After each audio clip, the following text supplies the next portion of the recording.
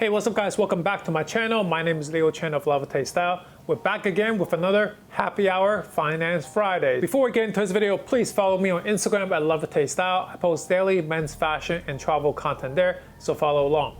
Also, hit that subscribe button. We got new sneaker, style, and now finance videos on this channel every week. Before we get into this week's questions, a quick intro about me for those of you guys that are new to the channel. I'm Leo Chen of Levitate Style. I'm a men's fashion and travel influencer based in New York City. I'm an Asian immigrant, the first in my family to go to college. I study accounting and I've worked at Morgan Stanley and Barclays Bank. Levitate Style was started in 2014, about 5.5 years ago with my girlfriend Alicia as a creative side hustle. Since then, we've both quit our full-time jobs and have become full-time content creators. We've done paid partnership with brands like American Express, Audi, and Macy. I've been featured in GQ, Men's Health, and Forbes, and we've also traveled around the world. Now, I'm by no means a financial expert. I just want to have these fun videos where we get to talk about the topics of money and finance.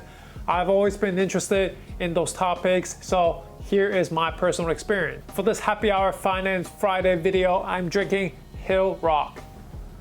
Cheers. All right, first question, what kind of training or skills should one have or develop to be an influencer? Cheers. So I have a few things laid out for this one. I think even before content, you have to find your niche. And so that's figuring out what you're gonna talk about, what kind of content you're gonna be putting out, what kind of value you're gonna be putting out. For me, it's always been men's fashion first because growing up, I love sneakers and I love street style. And then over time, I worked in finance, so I was learning how to dress better, dress sharper, and also improve my self-confidence.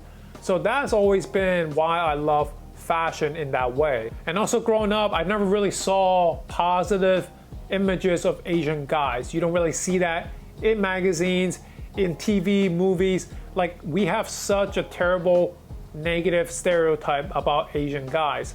And so that's my interest. And then also by doing this, I'm representing Asian guys. So that's become my purpose. And then together has really grown to become my passion in what I do. So I think first in your niche, you need to figure out what you want to do. And then second, of course, the most important part of what most people see is the content. And so whatever it is, could be photos, YouTube videos, could be podcasts, whatever it may be, over time, you want to keep building it up so that it's a really good quality. People always ask how to become an influencer, and usually in the DM, it's not really a time for long answers. So my quick answer is always quality over quantity. And once you nail that down, quantity of quality. It's about consistency. It's not the one Instagram post that's amazing. It's not the one video that went viral. It's the consistency. When people come to your page, come to your channel, they see all of this work and now they know this is what I'm getting, I will follow. I think about how you follow another page. You have to apply that same mindset and psychology to your own content and channel. Another important thing is multitasking. As a self-employed entrepreneur, as someone who's an independent contractor per se, when you work with brands, you have to really know how to multitask. It's not as simple as taking a photo, posting it. That's what people think, that's what people might see, but there's so much behind the scenes. There is emails, negotiation, there is the creative idea, how you're gonna shoot the photo, photography, videography, creative concept, what to wear, where to shoot it, and then there is analytics, SEO, and that's even just doing the job. There's also things like networking and building relationship with people so that when someone are working with different brands, you already have a connection and you can work with all of these different companies now. Tying in multitasking is self-motivation and learning new skills. So for me, growing the YouTube channel, I had to learn how to shoot video, I had to learn how to edit a video, I had to learn how to capture people's attention and things like that. So that's a whole new ball game compared to just Instagram. The more of these new skills you pick up and you learn, the more you're in control of your own work. So for YouTube, because I can shoot my own video and edit it, I can turn it out as fast as I possibly can. Last but not least, probably something that people don't talk enough about, but having tough skin. Now, social media influencer, you're dealing with, in a way, a lot of strangers. So there's a lot of positive but also negative comments. You really have to know how to balance all those things, not let the one negative comment out of 100 to affect you. You really have to have tough skin to know what you stand for, to know the quality of your content, and to understand that not everything is for everybody. Also, again, it's really important to have a passion and purpose, because without that, you can really easily get burned out. And I've really seen this with personal experience with other people that I follow, that I've met. Honestly, some people start Instagram because they're good looking and they look good in clothes, so they start posting and they grow following.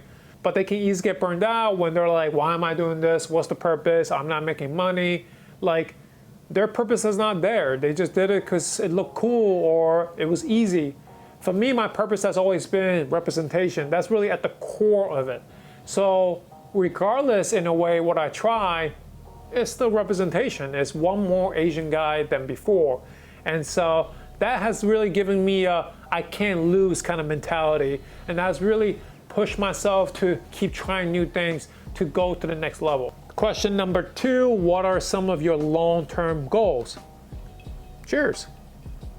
So my initial goals growing up as an Asian immigrant in New York City with my Asian parents, moving here for the American dream, that was it. That was really it. Like going to college, getting a good degree, getting a good stable job. I was making 6 figures at Barclays Bank, and to me, that was already like, that's what I dreamt of growing up. That was it. So in that way, I've already achieved my goal.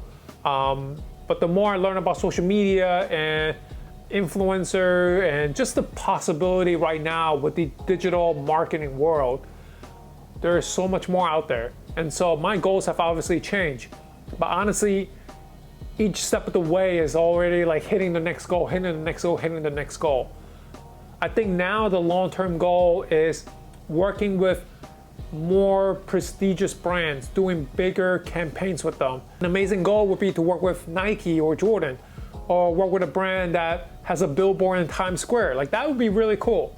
But for financial goals, it is obviously to save more money, to become more financially free, to have more passive income, and to really just learn to work smarter and not just harder.